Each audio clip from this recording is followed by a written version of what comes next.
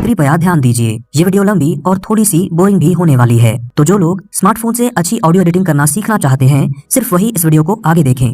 बाकी लोग इसको अभी स्किप कर सकते हैं, क्योंकि अगर वीडियो देखने के दौरान आप बेहोश हो जाते हैं तो इसके लिए हम जिम्मेदार नहीं होंगे। वैसे टाइम स्टैम्प्स डिस्क्रिप्शन में ऐड कर दिए गए हैं, तो अगर आप कोई पार्ट स्किप करना चाहते हैं तो उनका यूज कर सकते हैं। धन्यवाद। Hello guys, welcome back. तो अभी जो ऑडियो आप सुन रहे हो वो विदाउट एडिटिंग है, और अब जो ऑडियो सुन रहे हो वो लेक्सिस ऑडियो एडिटर में एडिट की गई है। तो दोनों ऑडियोज में कितना डिफरेंस है ये आप खुद ही इवैल्यूएट कर सकते हो। और आज के इस वीडियो में हम यही जानेंगे कि लेक्सिस ऑडियो एडिटर में आप इस तरह की एडिटिंग कैसे कर सकते हैं। तो चलिए अब वीडियो को शुरू करते हैं। तो सबसे पहले हम अपनी ऑडियो फाइल इंपोर्ट कर लेते हैं, और जो फाइल एडिट करनी है उसको यहाँ से सेलेक्ट कर लेंगे। दोस्तों, एक चीज मैं आपको बता दूं कि ऑल्दो इस ऐप में ऑडियो रिकॉर्डिंग के सारे ऑप्शंस आपको प्रोवाइड किए गए हैं, लेकिन रिकॉर्डिंग के लिए आप किसी दूसरे ऐप का यूज करें, क्योंकि इसमें अच्छी क्वालिटी की ऑडियो रिकॉर्डिंग नहीं होती है।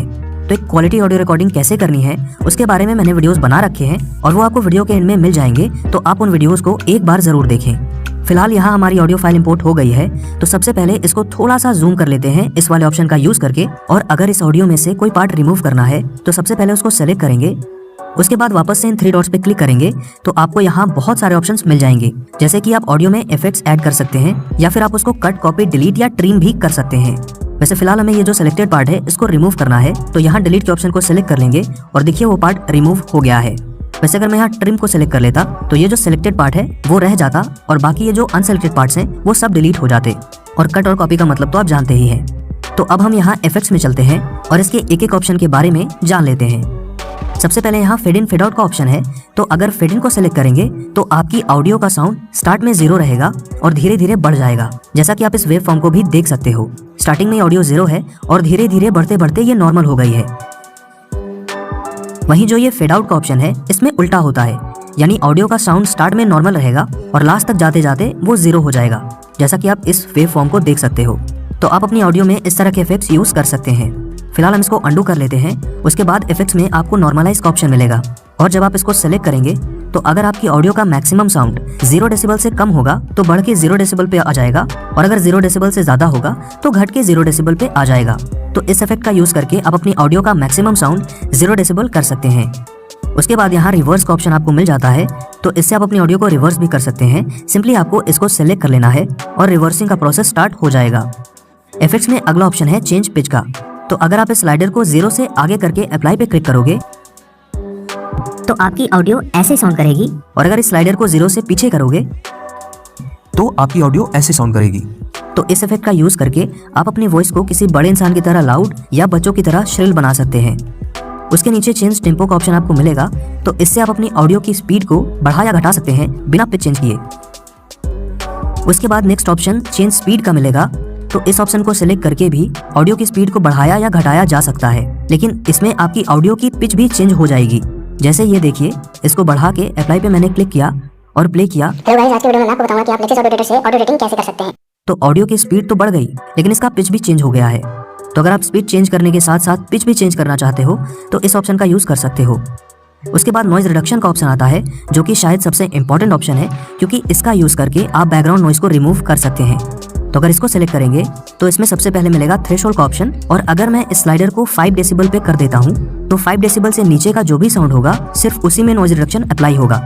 और अगर मैं इसको -50 dB पे सेट कर देता हूँ तो -50 dB से नीचे के जो भी ऑडियोज होंगे सिर्फ उसी में नॉइज रिडक्शन अप्लाई होगा। तो नॉर्मली मैं इसको -15 to -20 dB के बीच में रखता हूँ। बाकी आप अपनी ऑडियो के हिसाब से इसको एडजस्ट कर सकते हैं। उसके बाद रेट का ऑप्शन आपको मिलेगा, तो इसका काम ये है कि नॉइज रिडक्शन के इफेक्ट को आप कितना ज़्यादा अप्लाई करना चाहते हैं। जैसे कि अगर मैं इसको 70% पे कर देता हूँ तो नॉइज रिडक्शन का इफेक्ट कम होगा, और अगर मैं इसको 100% पे कर देता हूँ तो नॉइज रिडक्शन ज़्यादा होगी। वैसे नॉर्मली इसको 80 to 90% के बीच में रख सकते हैं। उसके बाद अगला ऑप्शन है अटैक और रिलीज का, तो इसमें अटैक का मतलब ये है कि आप नॉइज रिडक्शन के ऑप्शन को कितनी जल्दी अप्लाई करना चाहते हैं। वहीं पे जो रिलीज का ऑप्शन है उसका काम ये है कि नॉइज रिडक्शन का इफेक्ट जो है वो कितनी जल्दी खत्म होगा। तो इसमें हमें कोई चेंजेस नहीं करने, जो डिफॉल्ट सेटिंग होगी इसको वैसे ही रहने देना है। और लास्ट ऑप्शन है लो पास फिल्टर का, तो अगर इसके स्लाइडर को 10,000 हर्ट्ज पे कर देंगे तो उससे ऊपर के जो भी वॉइसेस होंगे उनका साउंड काफी कम हो जाएगा, और इसको 1000 कर देंगे तो 1000 हर्ट्ज के ऊपर जो भी ऑडियो होगी उसका साउंड बहुत कम हो जाएगा। तो इसको नॉर्मली 10,000 to 13,000 हर्ट्ज पे रख सकते हैं।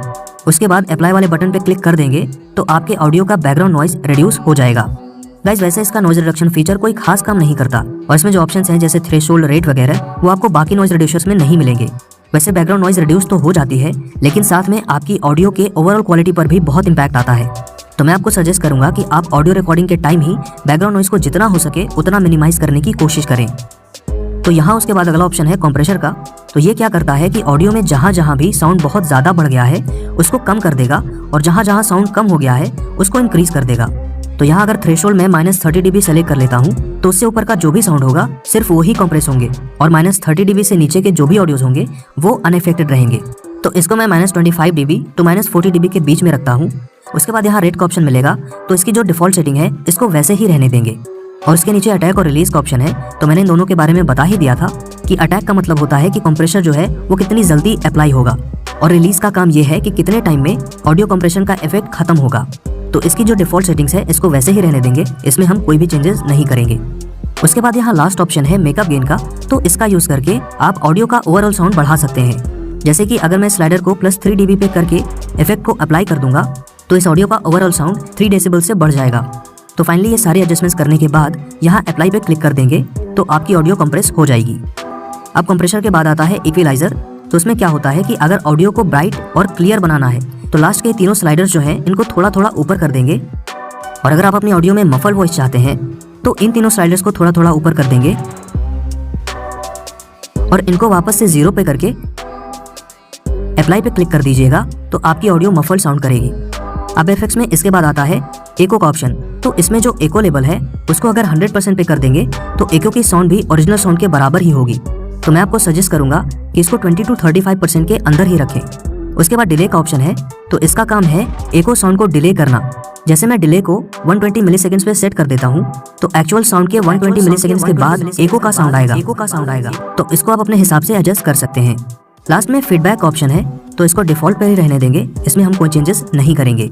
और ये सारी चीजें करके अप्लाई पे क्लिक कर देंगे तो एको भी अप्लाई हो जाएगा। उसके बाद आपको इफेक्ट्स में रिवर्ब का ऑप्शन मिलेगा। तो रिवर्ब का मतलब होता है आवाज का गूंजना, लेकिन इसमें एको जैसे आपकी पूरी वॉइस दोबारा से रिपीट नहीं होती है। जैसे कि ये जो अभी आप सुन रहे हो ये है एको और ये जो सुन रहे हो ये है रिवर्ब। तो यहाँ रिवर्ब में आपको सबसे पहले रूम साइज का ऑप्शन मिलेगा। तो इसको आप जितना ज्यादा बढ़ाएंगे उतनी ही ज्यादा आपकी आवाज गूंजेगी। उसके नीचे डैम्पिंग का ऑप्शन है। तो इसका काम है रिवर्ब साउंड को ज्यादा या कम करना, लेकिन इसमें उल्टा होता है। जैसे अगर आप इसको बढ़ाएंगे तो रिवर्ब साउंड कम आएगा और अगर कम करेंगे तो रिवर्ब साउंड ज्यादा आएगा। उसके बाद है ड्राई लेवल। तो इसका काम है रिवर्ब इफेक्ट को कम करना। इसको जितना ज्यादा बढ़ाएंगे रिवर्ब उतना ही कम होगा। वहीं ये जो टेल लेवल वाला ऑप्शन है उसका काम उल्टा है, उसका काम है रिवर्ब को ज्यादा करना। तो इसको जितना ज्यादा बढ़ाएंगे रिवर्ब इफेक्ट उतना ही ज्यादा होगा। उसके बाद है रिवर्ब टाइम का ऑप्शन। तो इससे हम ये कंट्रोल कर सकते हैं कि रिवर्ब साउंड को कितनी देर तक या कितना लंबा रखना है। तो आप अपने हिसाब से इसको एडजस्ट कर सकते हैं। उसके बाद है इनपुट बैंडविड्थ। तो इसका काम है रिवर्ब साउंड को शार्प और क्रिस्पी बनाना या उसको डल बनाना।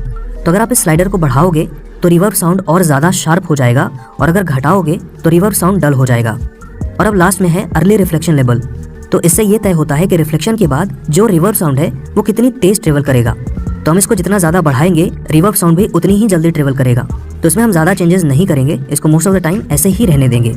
और अब अप्लाई पे क्लिक कर देंगे तो रिवर्ब इफेक्ट भी आपकी ऑडियो पे अप्लाई हो जाएगा। अब वापस से आते हैं इफेक्ट्स में। तो नेक्स्ट ऑप्शन है वो कोडर का। और वैसे नॉर्मली ऑडियो एडिट करने के लिए इसका यूज नहीं होता है, तो इसको स्किप करके हम आगे बढ़ते हैं। और आगे है कन्वर्ट मोनो और स्टीरियो का ऑप्शन। तो सबसे पहले मोनो और स्टीरियो में अंतर यही होता है